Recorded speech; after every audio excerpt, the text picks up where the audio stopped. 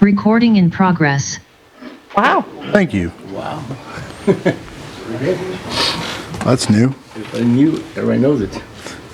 All right, I'd like to go ahead and call the Warrenton Board of Alderman meeting for Tuesday, December 21st, 2021 in session. First thing I'd like to address before we do the Pledge of Allegiance. We have run into some technical issues with recordings. We'll try and record it on Zoom so we can at least play it back on that means. If something does crash while we're doing that, we'll try and get it up and running as fast as we can.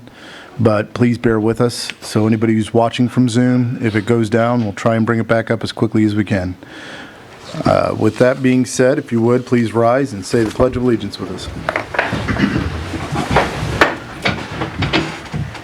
I pledge allegiance to the flag of the United States of America and to the republic for which it stands, one nation, under God, indivisible, with liberty and justice for all.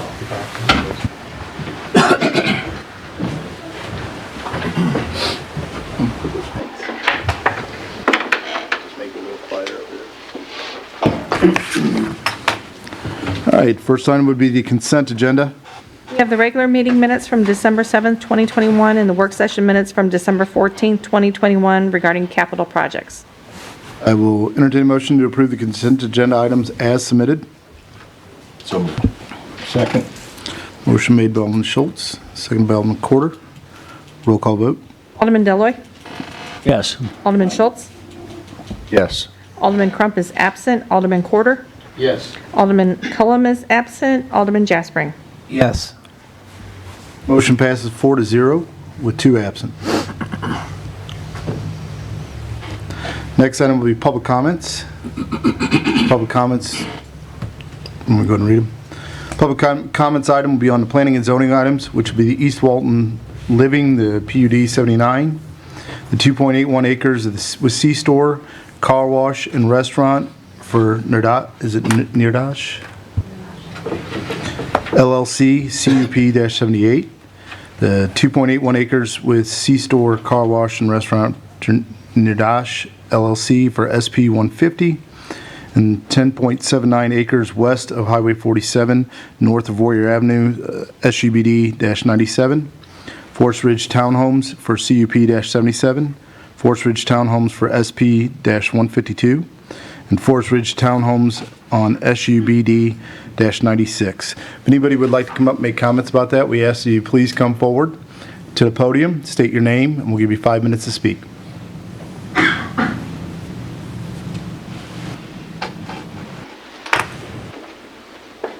I guess with all those, if you would specify which one you want to speak on. My name's David Bolte. I'm a resident here of Warrenton. I live in Forest Ridge Subdivision. The one with the whole subdivision, the townhomes going back behind, I really would like that just to hopefully remain single-family homes. If we have to keep it, if you're going to approve with the townhomes, we need more parking. They're going to need more parking for one, is one of my concerns. Also, Morgan Street's supposed to literally be running right behind our homes. I live at one of the corner lots where Bruni and Morgan are going to be coming together if they decide to put it together, and I will have a road literally on all 3 sides of my home. If they do single-family homes, you could at least put homes back to back to each other. That was at least supposed to be single-family homes when we moved in. Just concerned with the amount of traffic that's going to be coming in, bringing in that multi-family home, bringing Morgan Street and Bruni Parkway together. Another one is with the gas station. I understand the gas station can go in. I have no problem with that. Just making sure that the car washes, the vacuums, that speaker from just even doing drive-through, you can hear drive-through speakers pretty dang far away. I have friends who unfortunately I've had to live next to them, and some of those time frames we should really look at, because that sound travels very easily and you can almost hear exactly what people are ordering. So those are just a few of my concerns. Thank you. Thank you. Thank you.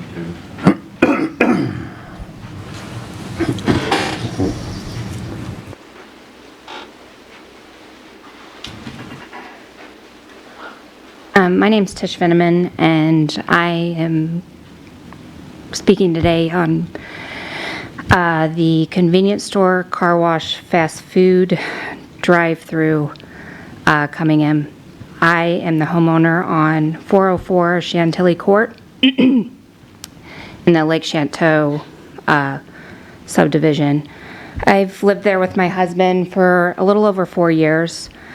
And I've lived in Warrenton over 20 years, a little over 20 years, and lived in Warren County myself my entire life. For the record, I usually do not halt any type of economic development when I see fit, even when it's going in my backyard. You'll find that I support growth within the community where I see fit. However, I do see many issues with this development. I hope today you'll side with me and see how I don't see this as a good fit. For one, the lighting. As you will see, my house is actually it would be southwest of this development. So the lighting, we actually had a problem when the pool went in. Everyone on Chantilly, there was a lot of lighting with that pool, and we had to get the pool lighting angled a little differently. I'm not speaking poorly of the pool. My family and I use that pool. It's amazing. The park is amazing as well.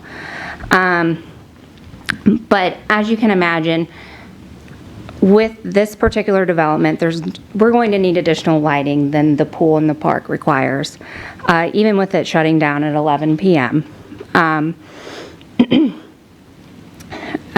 I know we talked about it shutting down earlier and not being open 24 hours, but we all know things change. Also, considering the lighting needed for a car wash and vacuums, things of that extent. Another item that I'm very concerned about is the traffic. I know a lot of us have children that we're taking to school in the morning. I have children that are going to be of driving age very soon. And I'm very concerned about that left-hand turn that we have to make out of the subdivision. My subdivision also has individuals who are elderly, and making that left-hand turn out of that subdivision and the other subdivisions that are just west of that would be south, I'm sorry, south of my subdivision. It's very hard to get out in the mornings and even in the evenings for that matter. Also, the high school is just down Warrior Avenue.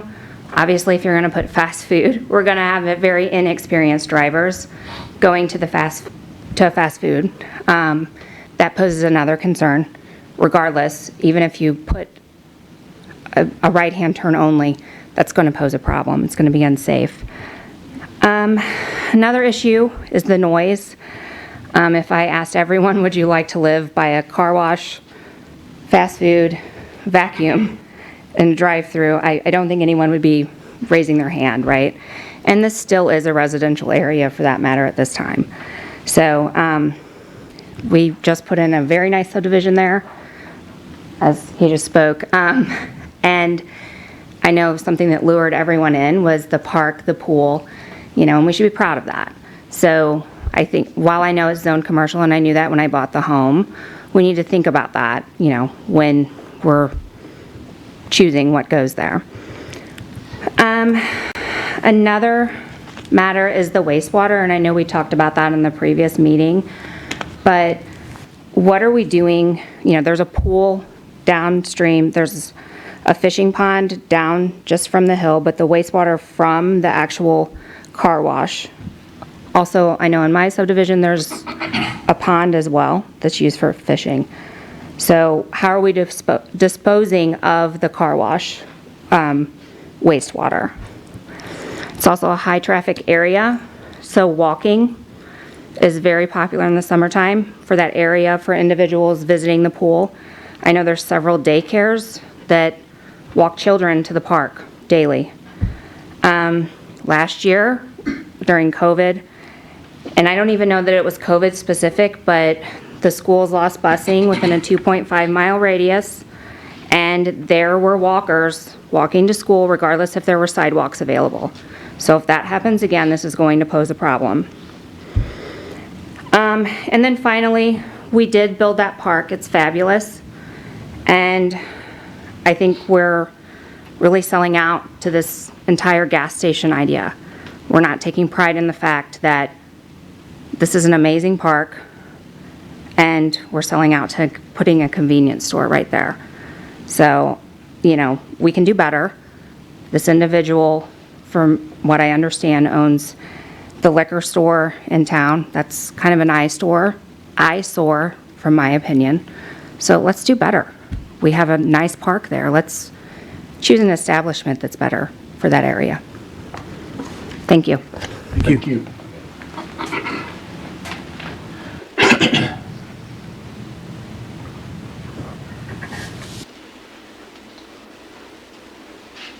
Anyone else like to speak in any of those issues?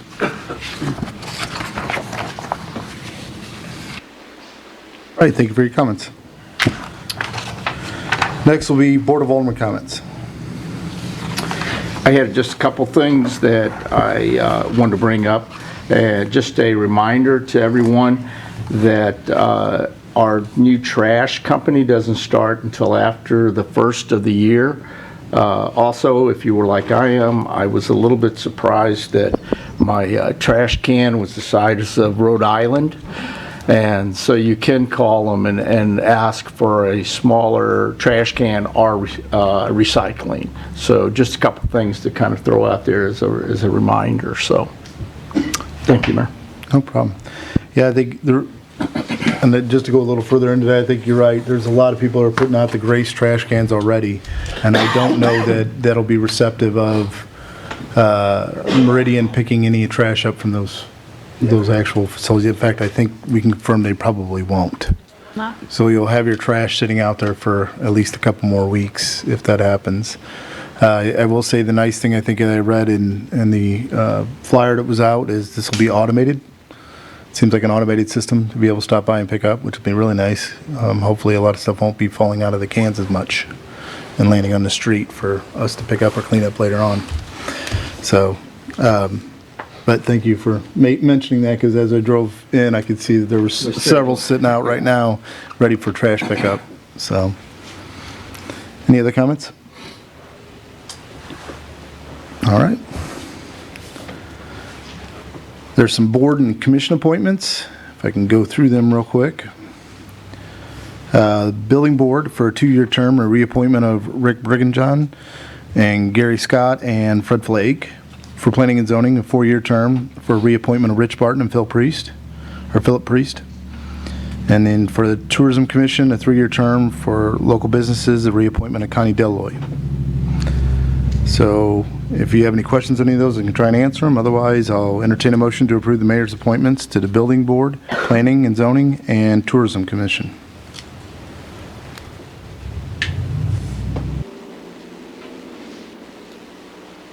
Make a motion to So approve. moved. Okay, go ahead. I'll make a motion to approve the appointments. I'll second them. Motion made by Alderman Schultz, seconded by Alderman Quarter. Roll call vote, please. Alderman Schultz? Yes. Alderman Quarter? Yes. Alderman Jaspering? Yes. Alderman Deloy. Yes. Motion passes 4-0 with 2 absent. You made the appointments, so just. Exactly. Next, we'll hear from City Administrator Brandy Walters. Good evening. The first thing I have tonight is the Government Relations Services contract. We recently had a work session where we discussed various projects and how to get the funding for those out of this $3 billion infrastructure money that's coming out from the state. And we kind of narrowed it down to a few projects like streets and stormwater at Morgan, Pinckney, Water Street, Coleman, the Pool Park Warrior Extension, a new water tower on the south side of town, wastewater treatment plant expansion, if we could get the funds for that rather than going out for a non-tax voter approval, and then some other non-utility related projects. So we discussed all that in our work session, and we found this is probably our best route, is to get a lobbyist to go on our behalf. And the cost for this contract is $40,000, and there is a bill later on in the agenda if you guys have any questions. Well, I think it's key to go ahead and also note that This is not uncommon for a lot of cities to do. This is actually a common thing for a lot of cities to do. And we have actually asked for our staff to go out and do homework on people that are seasoned, I guess, so to say, and doing this type of thing. So, Can I make one comment? It's Sure. actually, the city had a lobbyist that we hired when the toll roads came up. yes. We partnered with some other entities to pay. We actually independently hired the lobbyist on our own contract that was successful in lobbying against that, so. Yes, especially when it was talking about going to the PPP, which would have ended up being an individual entity that would have tolled the road and for an unknown amount of time.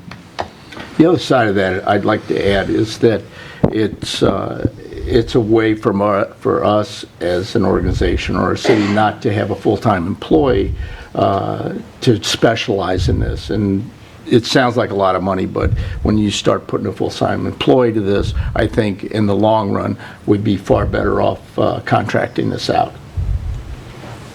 I agree. Any other comments? And that will be a bill later on the agenda. Couple operational things. The majority of you had opted not to proceed with putting the use tax on the bill or on the ballot in April, so therefore that January 11th public meeting has been canceled. We also had a recent meeting. There's been a couple meetings that have come up over the past couple weeks regarding the processing plant that's going in Warren County. So I just want to let you guys know that we did put a link to that press release on our website so that people could see that moving forward. And just want to remind everybody that City Hall is going to be closed Thursday and Friday this week for Christmas holiday and Friday next week for New Year's. And that's all that I have. Great, thank you. Next, we'll hear from Director of Operations, Sean Struckoff. Good evening. The first thing I have for you tonight is the monthly admin report. Month of November was pretty normal. We're still looking for a few employees at the pool park or the aquatic center, and Public Works needs a few still. You also notice that we had the gov deals items. We made $15,578.87 on the gov deal items, so that was way better than we expected. So, Good. any questions on that? Not from here. No. I think we're good. Thanks, John. Next item is the CIP pipe rehab. This is for about 3,500 feet of pipe to get lined to reduce the I&I from the old part of Dahlgren, Lakeview down to Morgan. So it should reduce a bunch of I&I in that old system. The low bid was SAK Construction for a total of $125,520. Questions on that? I do, actually. The mobilization and demobilization, what was the price significant difference? That was a huge difference. I believe the one company figured that they were going to have to do some clearing of the easements to do this, because this is all through the middle of the woods. The other company does not believe that they'll have to do any clearing. It's difference in equipment, different technique of how to get the cleaning and inspection equipment in there. So just because of recent things we've had, we're going to hold their feet to the fire on this one if they come back? We clarified that there was no, they said that they did not believe that they both did on-site inspections. So we do that with most of the bids, require an on-site inspection. So that's up to them to decide. And if they come back and say that they want a change order for clearing, we got an email saying that they're not going to do that. That's all I wanted to make sure of. Good. Any other questions? No. All right.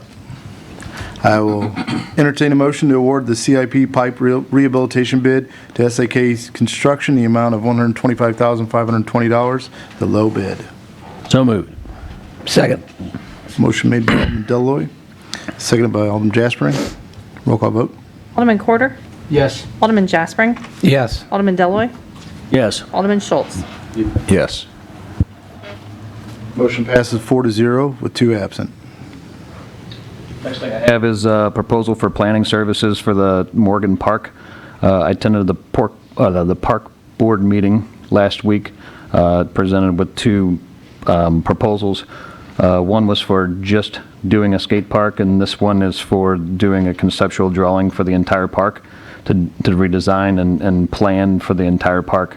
The park board suggested and voted to go for approval of this proposal.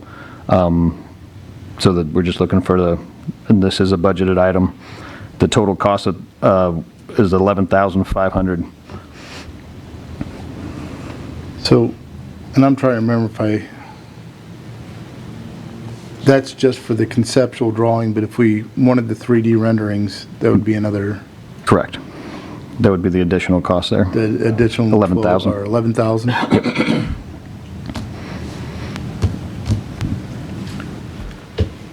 And this is going to be from the tennis courts to, I guess the so-called volleyball court behind the pool? Yep.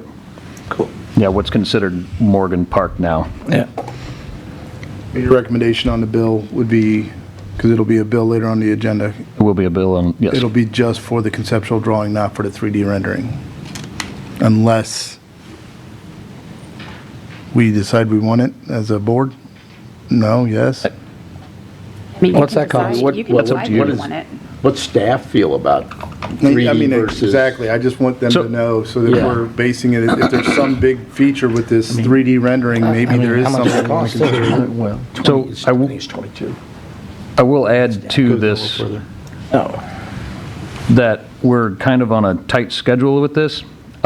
We just learned about a grant that's due February 16th. So if we can get this conceptual drawing in, and we can get in the running for that grant, we can maybe get some of this funded by grant money. Okay, I'm not sure if that 3D rendering would push that time frame back at all. so with the 22,500, I'm just pitching it out there, would it include both? Would we get a 3D as well as a physical, so they could do the Yeah, so it'd be render drawing 11,000. quickly? Yeah. The only reason I'm thinking that is if we had a 3D rendering, which I don't even know if we really want to go for, but we could provide that on a website so more people could see it from our website of what that would be like or what the 3D rendering would be like for an option. But there again, we may not want to spend the money, we may want to spend the money. Sure. I mean, we'll decide later on in the bill. You seem to know more about it than I do. But, any other questions? I don't know if the 3D is going to change much, but. Any other questions on this, though? No. Thank you, John. I will add too on this, the park board suggested doing a survey, a public survey of what people would like to see Sure. added in Morgan Park and parks in general. I did put together a survey that should be posted. If this gets approved tonight, I wanted to make sure this would get approved before I'd post the survey that should be posted tomorrow. So if anybody's listening, take the survey. Well, I'll reiterate, yeah, guys, we could sit here and say this all day long and post this on YouTube. Word of mouth is our best bet, and so I'm going to ask the people that are here tonight, or anybody else, talk to your friends, have them go on the website and fill out the survey. It's the quickest and easiest way to get anything you'd like to see in the parks. We feed all that information back to our park boards, so we can have them vote on it, and we can look into it, and adding things that you guys may want to see, more features or amenities within our parks. Very short and very easy, so it's not going to take up much time. It will be posted to our website, Facebook, Instagram, all our social media.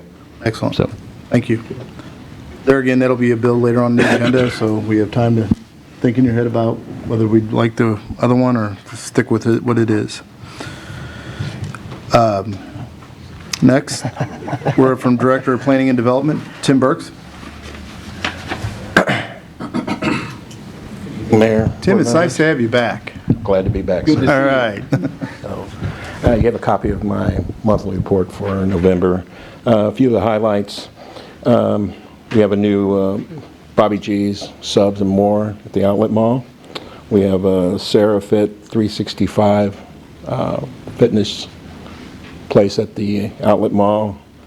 We have a new bin store at the Outlet Mall. It's kind of a store where they put all the items in a bin and you go in, the prices are. Oh, really? And they go down each day. We had a ribbon cutting at the One Stop Smoke Shop last month. And we have a ribbon cutting coming up for the Warrenton Family Dentistry on January 10th at Any 1 more time? o'clock. What time did you say?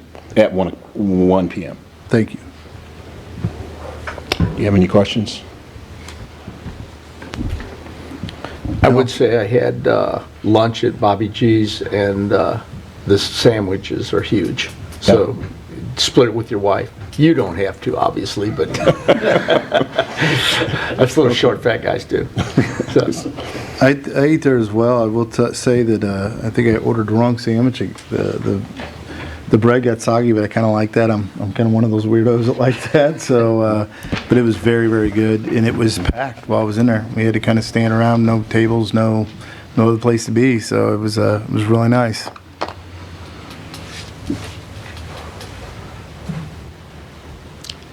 Go ahead. Yeah, go ahead. So the first project is going to be the East Walton Living Plan Unit Development. The applicant is TGL Properties, has applied for a plan unit development for development of the 0.91 acre portion of 4.96 acre land east side of Highway 47 north of Walton. That's that tract of land just behind Kroger's. The PUD requests to allow 3 residential buildings to include 10 residential units. Okay. The staff analysis, the subject site is currently zone C2, General Commercial District. Proposal seeks to establish a PUD on the property to allow for 10 residential units to be constructed in 3 buildings. The proposed PUD allows for a variety of use to be established on a single tract of land at least 3 acres. The majority of this site is currently developed commercial purpose, and the proposal would allow residential use to be incorporated onto the existing parcel.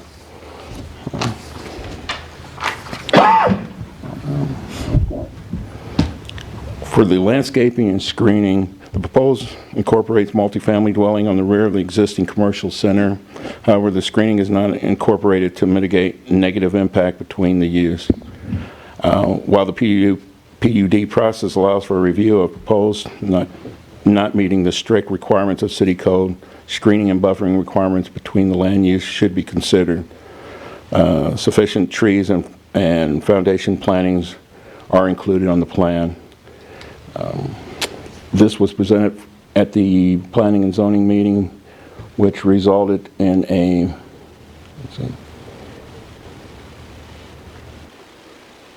motion passed 7-0 with 3 absent to not approve this. Okay. The staff recommendation, staff has reviewed the proposed PUD and recommends denial for the following reason. The applicant must submit a detailed plan of ownership, including how it will be maintained over the life of the ownership. The plan of the ownership must be part of the site-specific conditional use permit. It shall be required that any transfer of ownership or lease of the property within the plan unit development include in the transfer of ownership or lease agreement a provision stating the purchaser or leasee agrees to be bound by the conditions of the ordinance authorizing the plan unit development.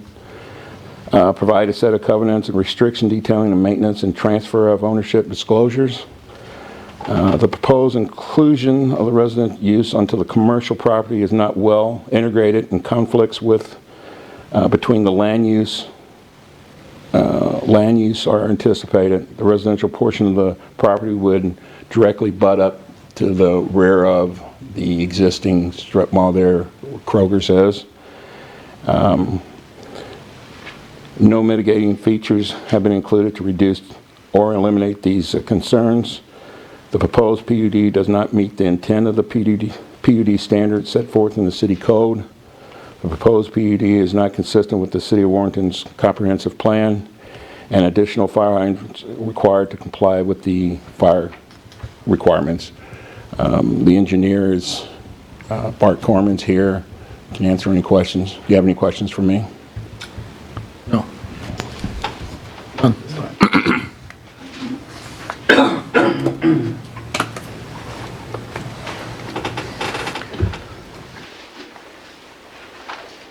Thank you, Mr. Mayor and Alderman. For the record, Bart Corman, Lewis and Beatty, surveyors and engineers.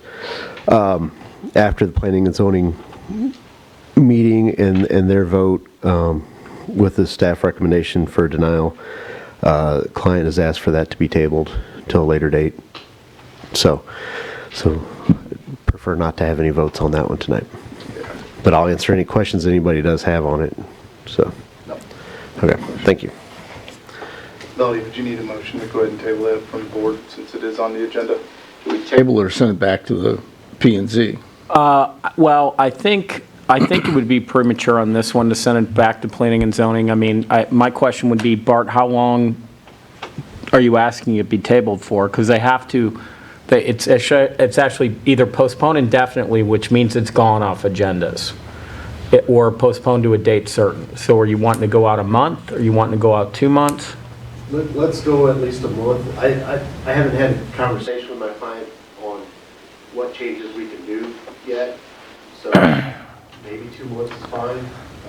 Well, why don't we just put it on next month so you can update it? So what's our second meeting in January, Melody? I can look at it. My thing is, I don't know this whole thing, but whatever changes they want to present, I don't even know if that's going to might not even change our minds on this vote, so. It is fully within, they have a right to withdraw their application. It is fully within this board's discretion to postpone to a future date, just to give them a little bit more time if that's what they're asking. Generally speaking, the Board of Aldermen in Warrenton has given them one continuance, if you will, to, at their request, to give them additional time, but it's fully within your discretion. You're not bound by, there's no rule that says you have to honor their request. It's up to you. So you could vote on it tonight, they could withdraw it, or you could postpone it to next month, and you could do that, keep that option available at that same point. But I don't know that planning and zoning has any new information to review. So if they have no new information, the request is just a request to postpone. Right. We haven't come up and decided to adjust the screening buffering situation or whatever to get a staff recommendation for approval. Now, if we know that regardless, even if we meet those, that it's going to deny, then it would be good to know, and my client can save some dollars and I can save some time and we can go from there. But that's what it is. I mean, we'd have to submit some changes to staff for review before it come back, or we could just ask for it to be as is. Let me explain on a lot of levels for us, and this is discussions we've had collectively as a board and workshops. If there's changes that come up that are at least, I won't say it necessarily has to be drastic in change, but it's changes that may be a change in some codes. I mean, that's what planning and zoning is there for a buffer. So we're probably going to refer you back down to planning and zoning to get those approvals for any major changes or any other changes that'll be done on the properties. It's just something we're trying to proceed with to get likeness and cohesiveness between a planning and zoning board and our board as well, so that we can have an understanding. So, I mean, I get what you're saying, but just understand where we're probably going to be as well. I mean, it would be minor changes. We've addressed most of those comments. The only thing is the buffering is the only thing we did not address for the most part. Yeah, I think to Alderman Jaspering's point is ultimately you have a project that staff has decided and made a recommendation, planning and zoning has agreed with, is inconsistent with the comprehensive plan and is inconsistent with the PUD ordinance. So if that doesn't change, do you want them to vote on it tonight, or you want at least to know where they are? Go back to your client and give them, I mean, we can take I'll give you my comment on it. It's a C2, I believe, and the comprehensive plan has said that, hey, that's probably not where this community needs apartments or where it's sitting. And P&Z, I happened to be at that meeting, and I think they did a great job of going back through and kind of going through the fact that that probably wasn't exactly the place to be putting that, because it is commercial. And so it's a great project, but not for there as far as I'm concerned. Okay. So, I don't think, and it's, I would agree with that. It's the areas where I'm talking about. Yeah. And that's good to know. Sure. Feedback to them and see if they want to proceed with it. Don't want him to spend any more money on you than he has to. Right.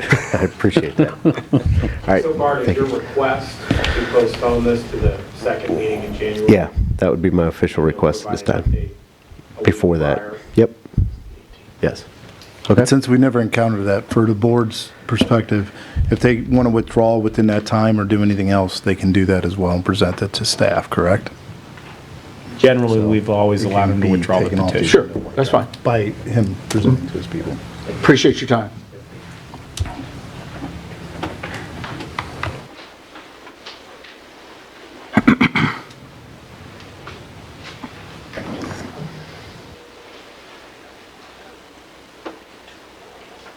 Yeah, so we need a motion and a vote to, That was my question, if yeah. we needed to do that.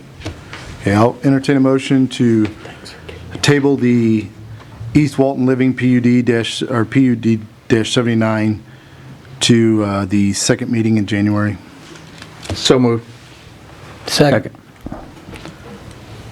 Who'd you get for second? Alderman Jasper. Jaspering. Motion made by Alderman Corder, seconded by Alderman Jaspering. Roll call vote. Alderman Jaspering. Yes. Alderman Deloy, Yes. Alderman Schultz, Yes. Alderman Quarter. Yes.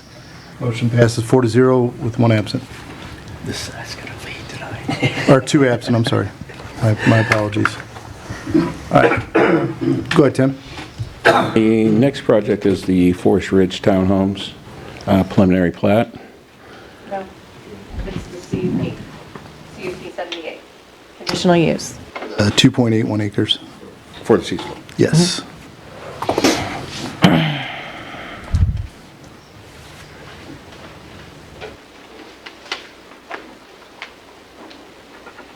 Sorry about that. That's all right. The next project is the 2.8 acres on the west side of Highway 47 north of Warrior Avenue. It's a conditional use and site plan. Conditional use, or CUP 78 and site plan 150. It's zone C3, Highway Commercial District.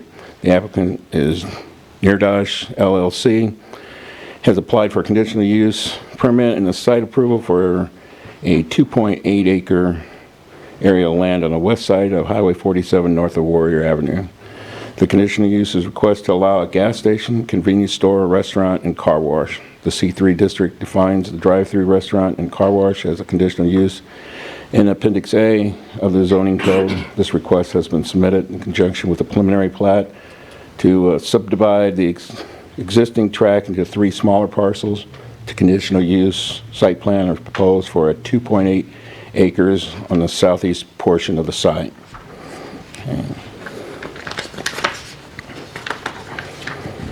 The subject site is currently zone C3 highway commercial, as stated in the proposed statement in this C3 district. This area is intended to provide service to the community and travel and public. The use of the site for a gas station convenience store is permitted under the C3 district regulation. Inclusions of the drive-through fast food restaurant and car wash are conditional use.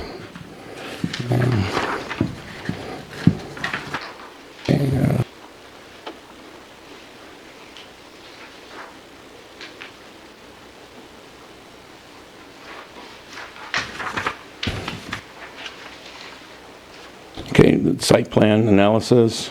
The proposed includes subdividing existing tract infrastructure has been included that will allow for a logistical development or logical development of other portions of the site. The proposed improvements are electrical arranged and comply with the zoning district standards for the site. The proposal meets the minimum parking and requirements for the site. The provision of the site amenities include off-street parking, landscaping, and fences. The planning and zoning results, Neardash condition use permit and site plan 78, site plan 150 was presented with public comments. The motion was made to approve the conditional use and site plan. The motion was passed 7-0 with 3 absent at planning and zoning.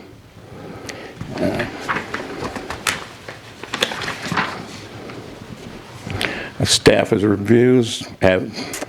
reviewed the proposed conditional use permit and site plan and recommends approval of the request with the following condition.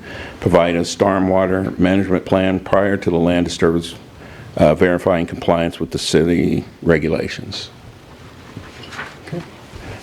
Is it my understanding that that's changed, their request to change the layout of the pumps? Yes, so the engineer has submitted a new site plan, other than the one that was approved at Planning and Zoning. They have included the entrance from 47 as a right-in, right-out only. A few parking spots along the west line were removed, and additional landscaping were added per request of the P&Z. They shrank up some of the entrance to make less inviting for tractor trailers to help address truck stop concerns that some of the citizens had, that was going to be for trucks. The plan also shows the car wash in phase 2, or in 2 phases, to allow the store to be built and operational without having to construct a car wash at the same time. This was done due to concerns and supply chain concerns and construction inflation concerns on the project budget.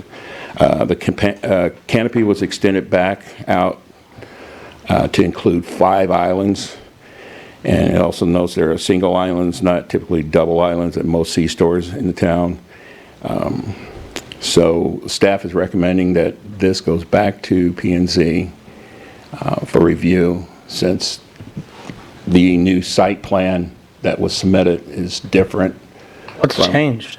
What changed? They went from the site plan that was approved had 4 islands, gas islands. The new one has 5. And that was some of the concerns of that was voiced. I think they added electrical charging station too, which I don't know. Yeah, that was added on the previous site plan. So that was not on the site plan when the planning and zoning approved it? The electrical charging was, but it only had 4 islands instead of 5. So the new site plan, they added a pump. They added a fifth island. Honestly, these are probably questions Bart can answer when we get to that area. Okay. Sorry. So Bart's here to speak on that if you have any. Sorry to rush you, Tim. I just didn't think you needed to try and answer those if Bart was here. Okay. Thank you. Thank you.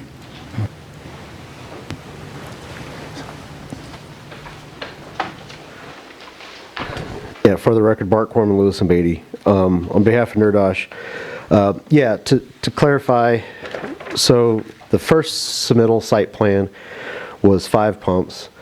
Then after staff review comments and stuff, the client thought, well, we could get by with 4 as a cost savings. And so then a second site plan was submitted with some staff comments addressed, and then a 4. So P&Z actually saw both of those prints, but they clarified that it was the 4 because that was the final version at that time. So then when we came back and went through those P&Z comments of adding some landscaping, doing the right in, right out turn, and addressing the larger entrances to deter trucks, that type of stuff. He's like, you know what, it really didn't change his cost other than the canopy itself. He's already putting the tanks in and everything else, and they're only a single stack and not a double. You know, the canopy's only 24 foot wide. So we added the 5th island back in there in the version that's in front of you tonight. So that's the change. That's kind of the chain of history on that. So anyway, Tim did a good job presenting those changes as well. And then the only one other thing is on the conditional use request, they requested after the P&Z put in the operations hours, they'd like to be able to operate till at least midnight instead of 11, just to give them, you know, a closer competitive edge to the rest of the stores in town. So that's the one request from that, as well as in item number 5, to be able to have 5 islands instead of 4. So Bart, I get what you're saying. I'm going to just make a quick comment on my end because I'm not one of the final votes unless it becomes split. But I'm going to tell you, I think with the public comments and everything that came out, making these kind of changes, I kind of agree with staff. I think this is going to need to be sent back down to P&Z and let them hash this out. Right. And that's fine if that's your choice. What we do is we try to take those comments from P&Z and then put those in front of you so that they're addressed. Sure. And that's what we've done. So address them and added some. I mean, that's kind of, and Bart, I'm not trying to argue with you. I just, No. You're expanding things out instead of shrinking things down, and I think that's a concern to a lot of the public, and I also think that that's something if staff's recommending, I'm probably going to push for that to happen. And that's fine, and that's your all's prerogative and your process, and we will operate through your process. So just to be clear, they seen the Plat with the 5 pumps on it? They did, And they still up all on the voted screen. yes. So we want to send it back to them. Why? No, Yeah. they voted yes on 4. On 4. Just to make this clear, the 5 You're not on. was on the, as like, you know how it will work. There you go. Anyway, the one that was the 5 pumps, so whenever we put it in the Dropbox, we have the report that has the plan attached to the report. That report had 4 pumps. The other one that was the extra that we pull up on the screen, just to make it visual, happened to be the 5 pump one. So it was clear whenever they made their motion in their conditions that they were approving the 4 pump. Yeah, and the only thing I'll add is it was a really good interaction with planning and zoning and the public that night. I think there were some good solutions worked out. There's still obviously some people that aren't exactly thrilled with the project. And what was introduced in the public record was the 4 pumps, not the 5 pump site plan. And so because of the volume of speakers at that meeting, the interaction, and I think, some of the solutions that were reached, talking to Tim, staff's recommendation is, this is not something intentional. The developer has worked with the surrounding neighborhoods to try to figure out solutions to some of the residential, commercial concerns. Was send this back to planning and zoning, have another public hearing, because the fifth island does change the site. I mean, it is something I think the residents probably are going to have some concerns about and want to be heard on it and, work on some solutions on it. But it was not part of the public hearing, which is our record for approving it, the 5 pumps. They may have seen it, some of them may have seen it.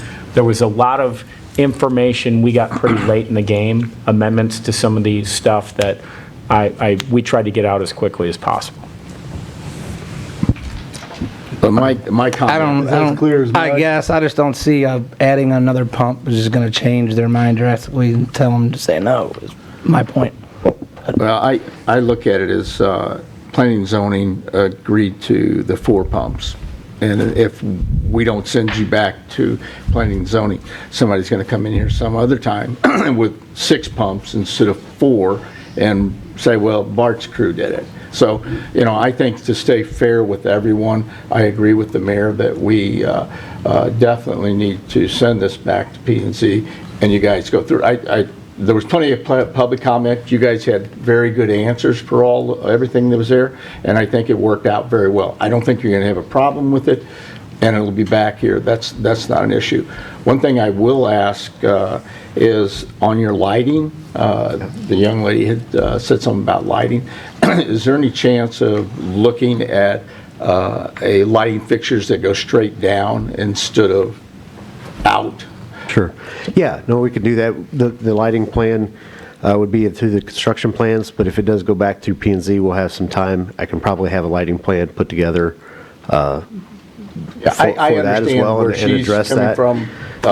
My office had to do the exact same thing. Totally understand that. For a home. So, yeah, if we could get that, and like I said, good project. I don't have any problem with the project other than the fact that we're trying to sneak this in, or not sneak it in, but it coming in. And another thing, Bart, if you could please, sending in this kind of information at 3 o'clock on a Friday, please try to avoid that.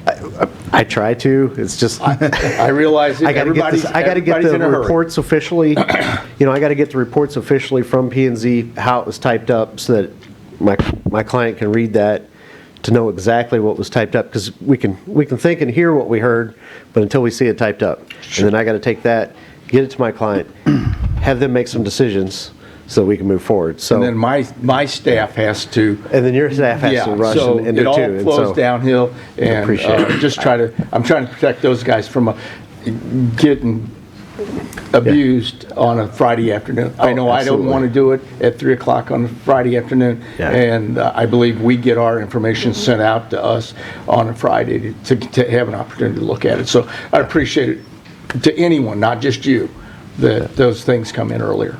We'll do the best we can. Thank you, I appreciate it. Any more questions for Bart? This will be a bill later on, so we'll decide at that time with the bill.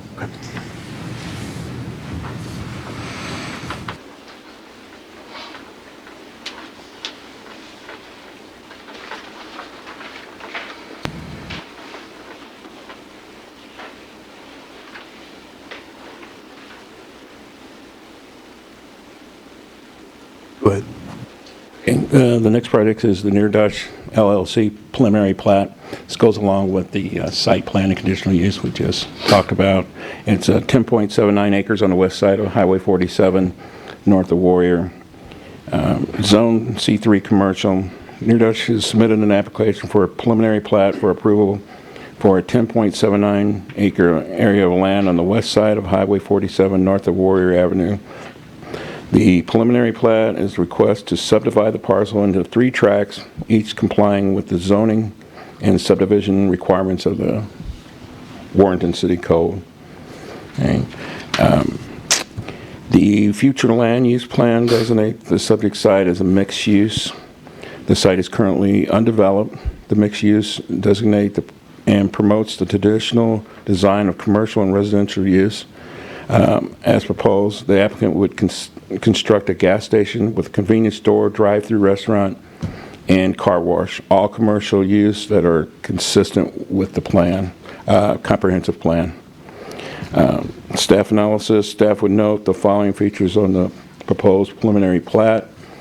The proposal creates 3 lots which are served from a proposed internal private roadway system. The proposed internal drives are also provided access to the north, from the north for future development to utilize and reduce the need for additional curb cuts on Highway 47. Preliminary stormwater indicates the stormwater is handled through an existing detention facility. Final design to ensure the proposed system is appropriately designed to address the design storm events will be submitted during construction improvement plan process. The planning zoning results. The preliminary plats, SUBD 97 was presented with public comments. The motion was made to approve the Near Dutch LLC preliminary plat. The motion was passed 7-0 with 3 absence. The staff recommendations. Staff has reviewed the proposed preliminary plat and found that the proposal is consistent with Chapter 410 subdivision regulations of the Warrenton Municipal Code for the proposal design and features the goals of the comprehensive plan. Staff recommends approval of the preliminary plat with conditions that the stormwater management plan is submitted prior to land disturbance. Do you have any questions for me? Thank you.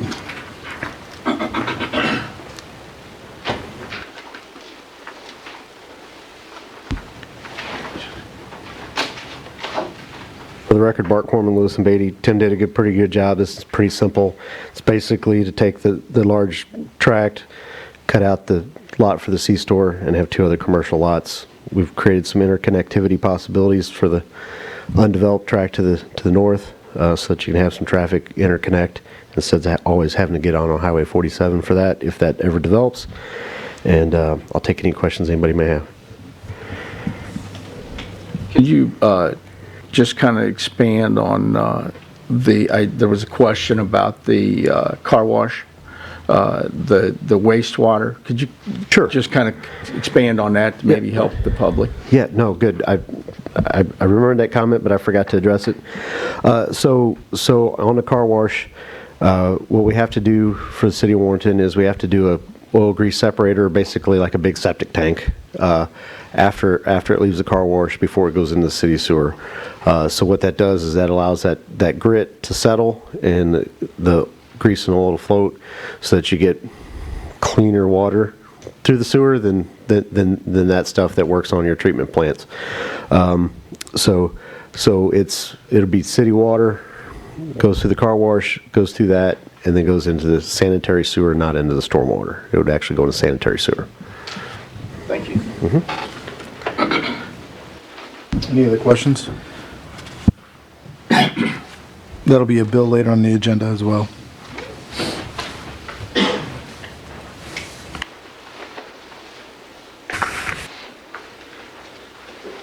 Next project is the Forest Ridge Townhomes. It's 13.32 acres on South Morgan Street. That's a conditional use and a site plan, CUP 77 and site plan 152. Zoning is R3 high density residential district. The applicant is Ben Beckemeyer Construction LLC. Lewis and Beatty Incorporated, on behalf of Ben Beckemeyer Construction LLC, has applied for a conditional use permit and site plan approval for a 13.32 acres of area of land on the west side of South Morgan Street. The conditional use permit is request to allow for a multifamily dwelling unit to be constructed on 17 proposed lots, 16 fourplex and 1 duplex. The R3 district defines multifamily and duplexes as conditional use in the Appendix A in the zoning code. The request has been submitted in conjunction with the preliminary plat to subdivide the existing tract into 17 lots.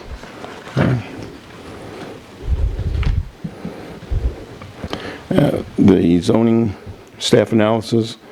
The subject site is currently zoned R3 high density residential district as stated in the proposed statement in the RC3 district.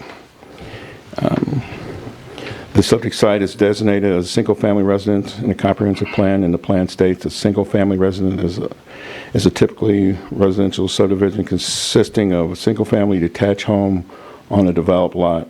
The street pattern is usually cavalier with the numerous cul-de-sacs. Subdivisions tend to be oriented internally with a few major entrances to local roads. Open space is more formal and often designed as part of an individual's site landscape plan. The site is currently undeveloped and stormwater review is required.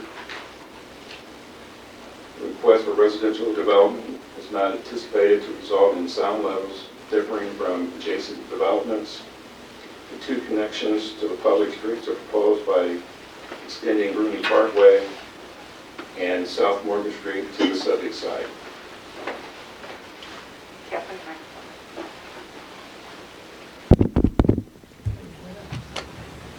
Mine works. Well, that's yours, we want his to work. Well, I understand that, but It's still recording. He broke it. There you go.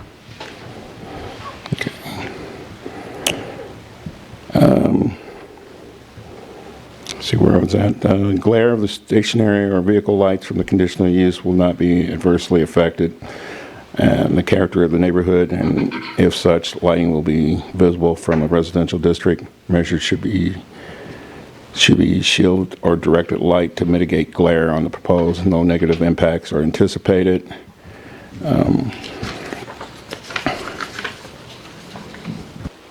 All new construction or new structures will be reviewed for compliance with applicable building and safety code prior to building permits.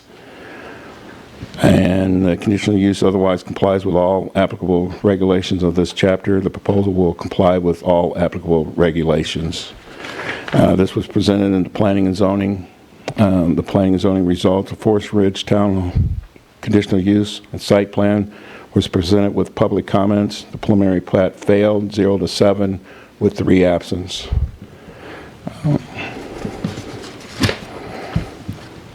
Staff's recommendations. Staff has reviewed the proposed conditional use site plan, South Morgan, and South Morgan Street is not currently designed for or intended to intensity of the development occurring along the corridor.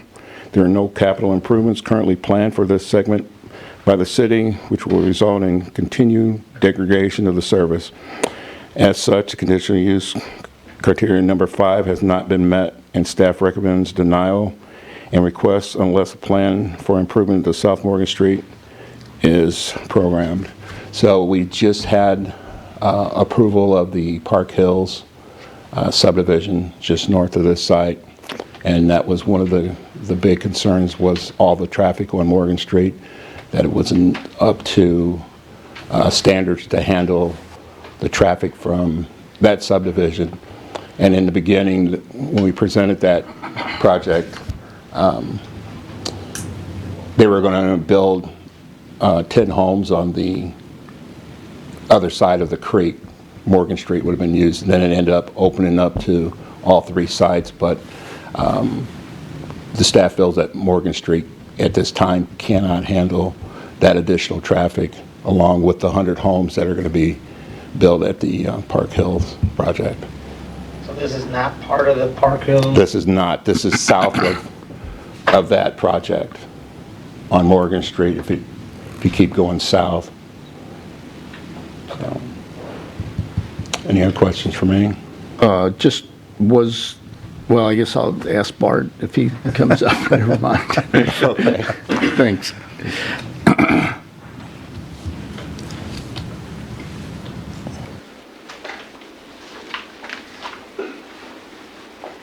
For the record, Bart Corman, Lewis and Beatty. I do have Ben Beckemeyer with Ben Beckemeyer Construction LLC here to answer any questions that you may have. So we're proposing this multifamily development here. The part of Morgan Street that we're constructing will be to city standards. We're also connecting into Bruni Parkway, so we are connecting into 2 city streets, not just one. If it was up to my client, Ben, he would not even connect into Morgan Street, but I know that's part of your thoroughfare plan is for Morgan to connect in, and so that's why it's put in there like that. However, that's created some of the recommendation for denial on it as well. So that's a concern that's got to get worked out of some sort, but I'll answer any questions that you may have. I was just going to refer back to a couple things that P&Z had brought up. I understood that there's a possibility we could have 17 different owners of these particular properties. Is that correct? That is correct, yeah. So we'll have a preliminary plat probably in the next conversation, but yes, so they'll be lotted out so that one townhome, which is 4 units, will be able to be built on one lot. So it's like a subdivision, and then it's each set of townhomes will be on each lot. So it is possible that they could be sold in that aspect. We cannot divide them further at this time with the city codes that are in place.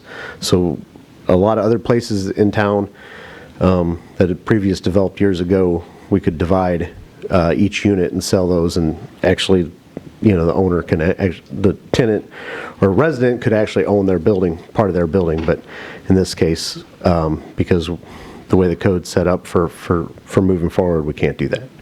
So, again, going back to my colleagues in planning and zoning, there was common ground that we didn't really, I don't know that was really answered of who was going to take care of any of the common ground that would have been left for these 17 different owners. And was there some type of subdivision rules or that was going to be set up by the builder? Yeah, they would have. Typically that. We would have to set up an association. So each of those lot owners would be a member to the association that would maintain the common ground areas. So now they could decide on maintaining each lot of different sorts, but normally it would be just the common ground areas. But it would be up to that, however they set up those covenants, restrictions, association. And there was how many units total? And sure. So there's 66 units and there's 13.32 acres, because we're going to talk about density here. That's 4.95 units per acre. And so if you want to say, well, how does that compare right next door to the Forest Ridge single families right next door? There's 59 units there on 12.3 acres, so for a density of 4.8 units per acre. So if you want to kind of compare the density, it's just slightly more dense than that at this time with the plan that we're presenting. What's your, I know one of the main concerns of P&Z was parking. How many parking spots would you have for a total of 66 units, which I would think an average of 2.5 people in each one of those? Yeah, so we have 2 parking spaces per dwelling unit. So 66 times 2 is 132 spaces, and we actually have 138 spaces. What we did is we met that requirement, then we added the ADA requirement, so that way, if for some reason every single resident did not need an ADA space or qualify for an ADA space, they still had 2 parking spaces for their unit. Okay. So no real parking for the 2 friends that I have that might come over? Correct, yeah. There's Okay. not a lot of guest parking on this. Okay. But it's overall that amount. They had it, we got enough for, we think we have enough for the residents if maybe, as long as we don't have more than 2.5. Right, yeah, as long as you don't have more than two vehicles per unit, you're fine. Okay. But, yeah. All right, thank you. Any other questions for Bart? Thank you, Bart. Thank you.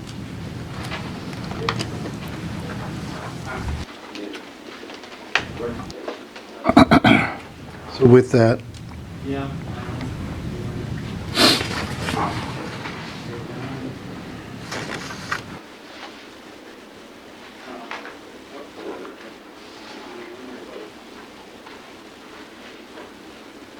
Did you have additional?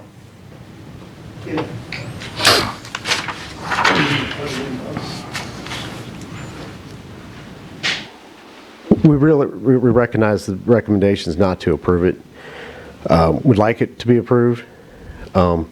So if it's not going to get approved and there's a way to find a motion forward, we'd like to be able to do it. So similar to the other one.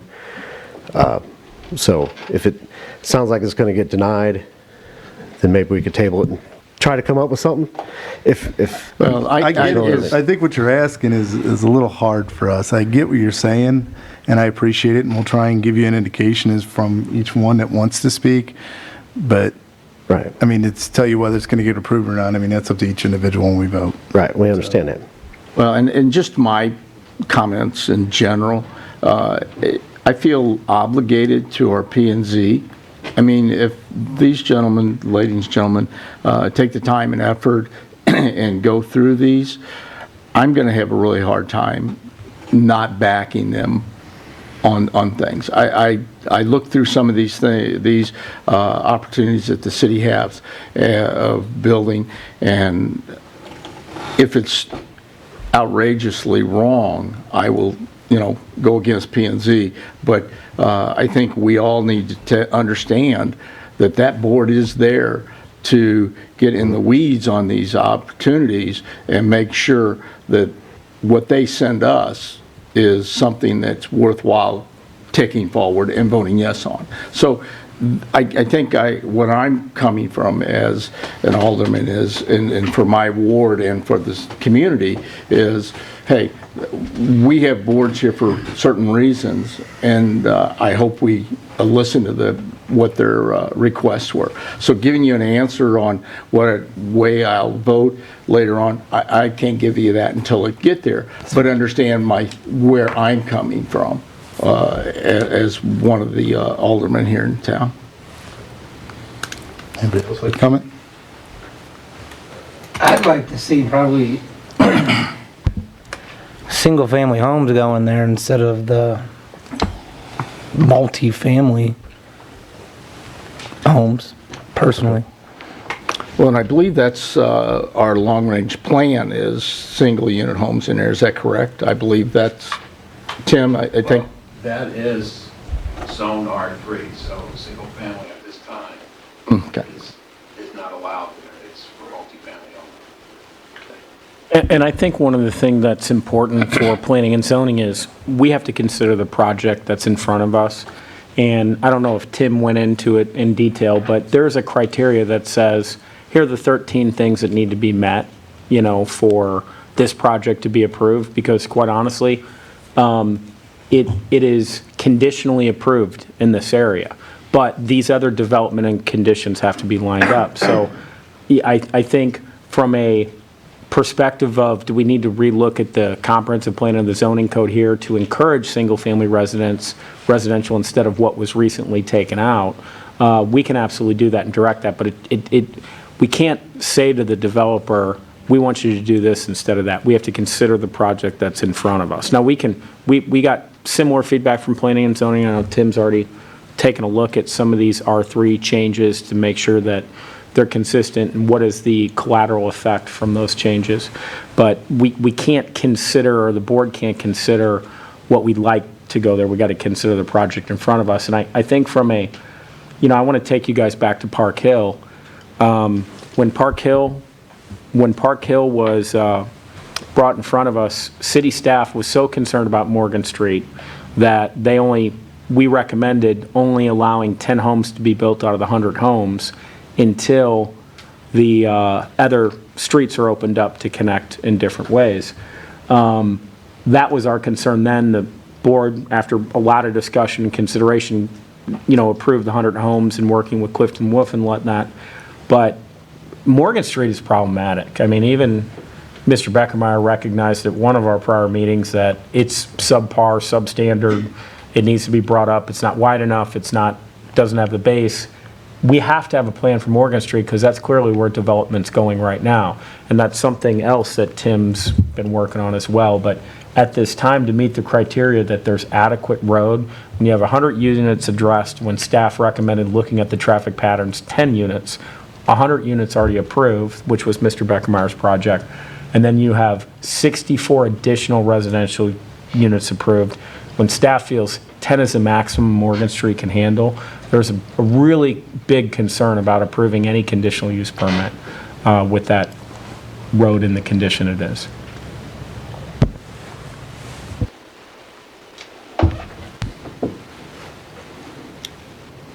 Does that give you the answers you're looking for? At least from 2 comments? So then,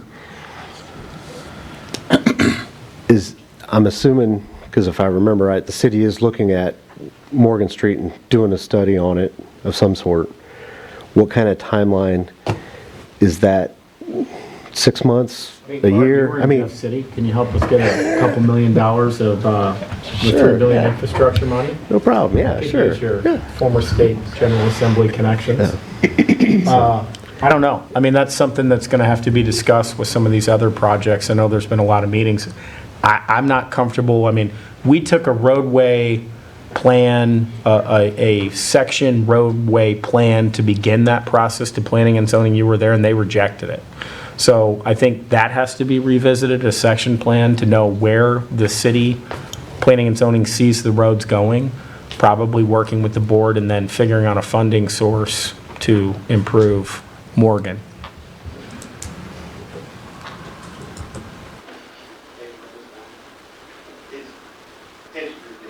I mean, if the city has streets, they don't want to improve them. I mean, you can't bring developers.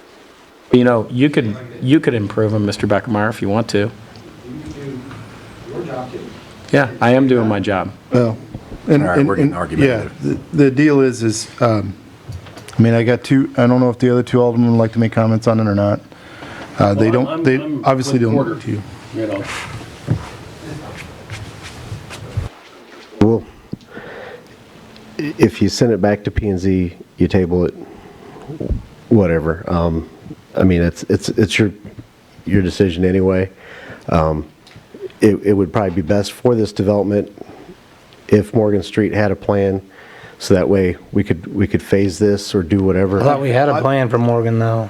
That's Yeah. why we had Park Hill's approval. Right. The plan for Morgan Street was rejected by planning and zoning, and that would be part of the comprehensive plan. It was a section transportation plan.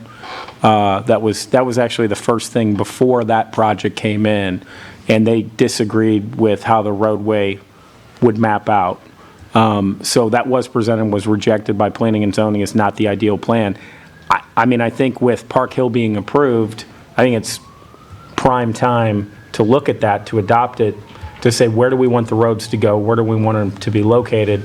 And then look at a funding source for the existing roads. Now, developers like this project will have to build the new sections of roadway that service their property, which Mr. Beckermeyer's plat contains that new roadway. But the existing sections of road will require, a commitment to, where the roads are going to eventually go, and then, finding the money to do, rebuild and redo Morgan Street to handle all this new residential So Bart, let me cut through a lot of the words here. Sure. We already talked about why we were looking at a resource for being able to lobby up in Jeff City for some of the funding money. Obviously, it's for road improvements and infrastructures that we've already stated, or that our city administrator had stated previously. That is something that we discussed in a workshop meeting. Is Morgan included in that? I can't say yes or no, but I can tell you we're looking at all the streets, any that need improvement that we can get funding for. So the answer you're looking for, I can't give you currently. We need to see if we have the funding that can come through it. Currently, at this point, we don't have the funding to go ahead and try and restructure that. We're trying to look for it and trying to find different resources to get to be able to restructure that.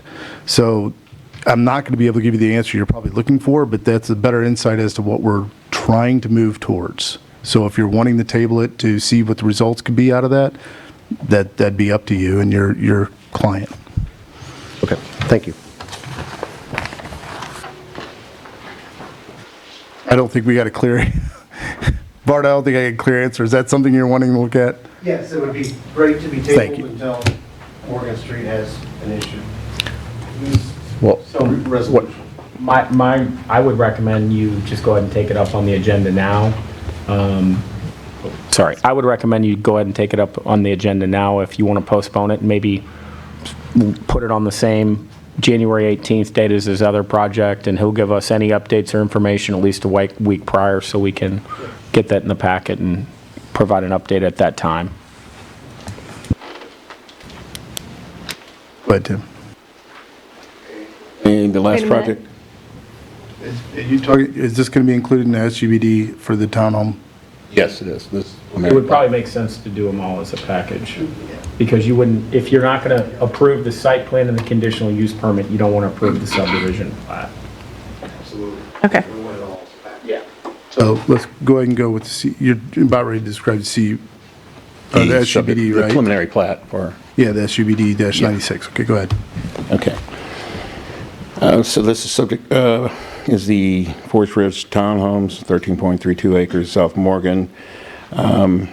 Lewis and Beatty, on behalf of Ben Beckermeyer Construction LLC, has submitted an application for a preliminary plat for the 13.32 acres of land along South Morgan Street. The preliminary plat depicts 17 lots with 66 attached units, with lot size and minimum frontage requirement meeting or exceeding the R3 single-family residential district. It should be noted that the preliminary plat has been submitted in conjunction with the request for a conditional use and site plan to permit multifamily dwellings. If the CUP is not approved, the action should not be taken on the preliminary plat, as proposed use would not be permitted. This was presented to the planning and zoning, the results with public comments. The preliminary plat failed 0-7 with 3 absents at P&Z. Staff recommendations: staff has reviewed the proposed preliminary plat and found that the proposal is consistent with Chapter 410 of the Subdivision Regulation of Warrenton Municipal Code. Upon approval of the conditional use for the multifamily dwelling, staff recommends approval of the preliminary plat subject to the following conditions: provide detail on the proposed method of maintenance and for mailboxes, provide verification of adequacy for the fire hydrant location. Stormwater management plan shall be submitted and approved prior to final plat approval. contribute to the park fund shall be submitted prior to final plat approval, and completion of escrow shall be provided prior to the final plat approval. Again, if the conditional and site plan is not approved, then the recommendation was not to approve from staff, not to approve the preliminary plat. Do you have any questions? No. Good. Okay. Thank you.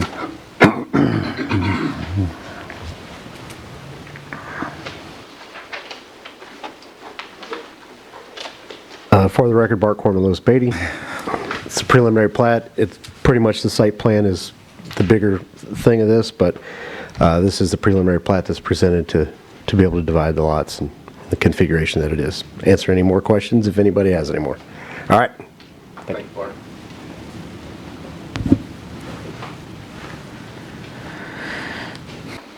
So I believe we have a little bit of a toss-up here, but I'm going to throw it on the first one.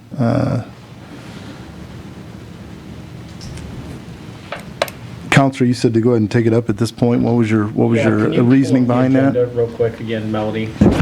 I'll try to, so I think it would be a motion to postpone to the January 18th. No, I understand that. I'm just asking. You said to bring it up. I know we got to vote on it.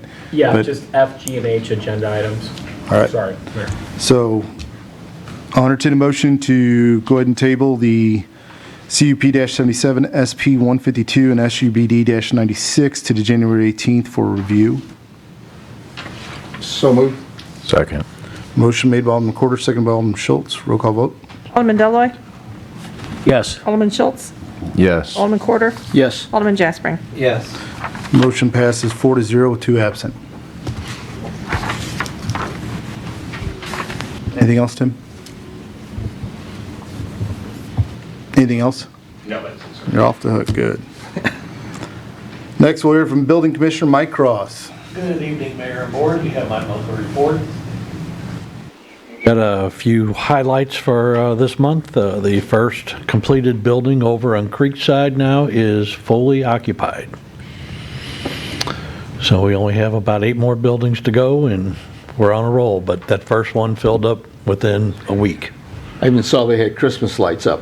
Yes, yes, they did. Some structures are starting to arrive out of Pinckney. They were very short supply this year, but they're starting to slowly come in. Stormwater is complete, or not complete, sanitary is complete. Stormwater is about 30% right now. As they were moving some dirt out there the other day, I stopped and watched them. Yes, they are moving quite a bit. Water line installation will start this week. St. John's Church, we're doing a final on that tomorrow and get that all buttoned up and finalized and out of the way. They did a very beautiful job on the inside of the church. Just from the outside, it looks good. I think there's some people here that may know it from the inside, but from Yes. the outside, it looks great. And then the farmer's building is starting to take a little bit of shape out of the ground now, so that's all I have for you. Any questions for Mike? Do you know when the completion of the storage sheds there, right off of AA and those apartments are supposed to be completed? Hopefully by the end of January. It's going to lack paving, it's going to be rock because asphalt plants have already shut down, so I believe he might change over to concrete now. But it looks like the end of January. Yes. Any other questions for Mike? We're good. All right, thank you, sir. Yeah. Next, we're from Chief of Police Larry Ellard. Good evening. I just got one item for you on the agenda tonight, and that is my monthly report. If you don't have any questions, I have some updates from this past month, from the last time we spoke.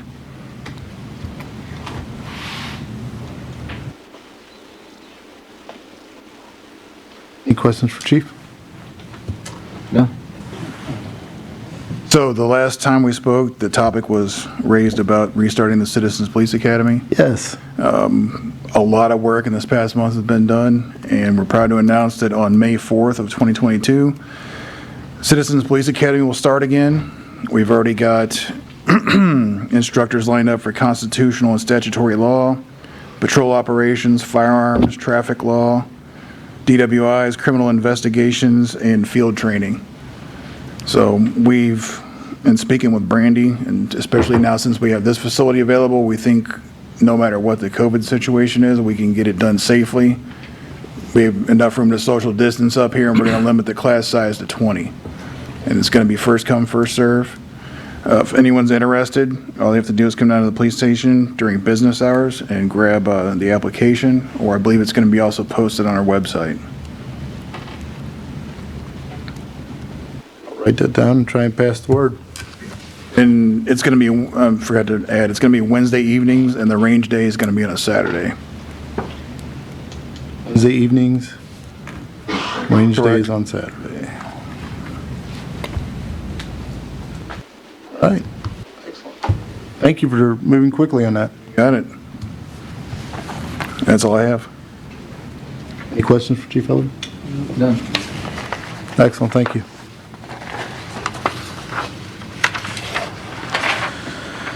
Bills or ordinance?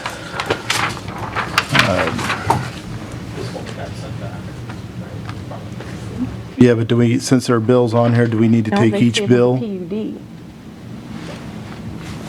No, I said they think would we, address this one now. The PUD is what they voted on to, no, we did not vote on this because they're bills My or ordinance. recommendation, you keep those together because the conditional use permit only applies, they have a right to do, a by right to build the gas station. Conditional use permit only applies to the car wash and drive-through fast food restaurant. I think if you decouple that could be confusing for the If we public. decouple what, all three? If you, the conditional use permit from the site plan. the site plan, yeah, because well, I don't want to assume what you guys are going to do if you want to pick up this ordinance. Oh, no, here's I think we've already discussed this openly, but I mean, as far as, because it's been approved by planning and zoning, my understanding and from past experience, we should address each one of these. If we are wishing to send it back to planning and zoning, we have to address each bill as it comes to send it back and make the recommendations and the vote if that is what the board decides to do. Yeah, that's fine. I want to make sure, because the planning and zoning had this issue with, actually, where one piece got approved and one didn't get approved, and it became very confusing. No, I understand what you're saying. Keeping all the ordinances for one project under one silo is going to be helpful to track this, and I think Bart would agree with that.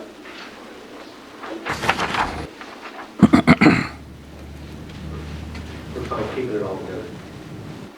When they keep all three of them together? Yeah. Simpler for everybody, but we can break it up. No, that's fine.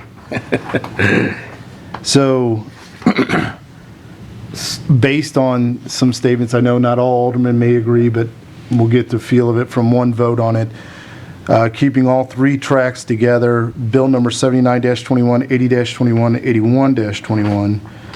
81-21. I guess entertain a motion to send that back to planning and zoning for reevaluation based on the additions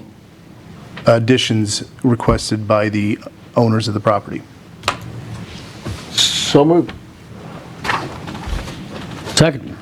Motion made by Alderman Corder, seconded by Alderman Deloy. Roll call vote. Alderman Schultz? Yes. Alderman Corder? Yes. Alderman Jaspering? No. Alderman Deloy. Yes. Motion passes 3-1 with 2 absent.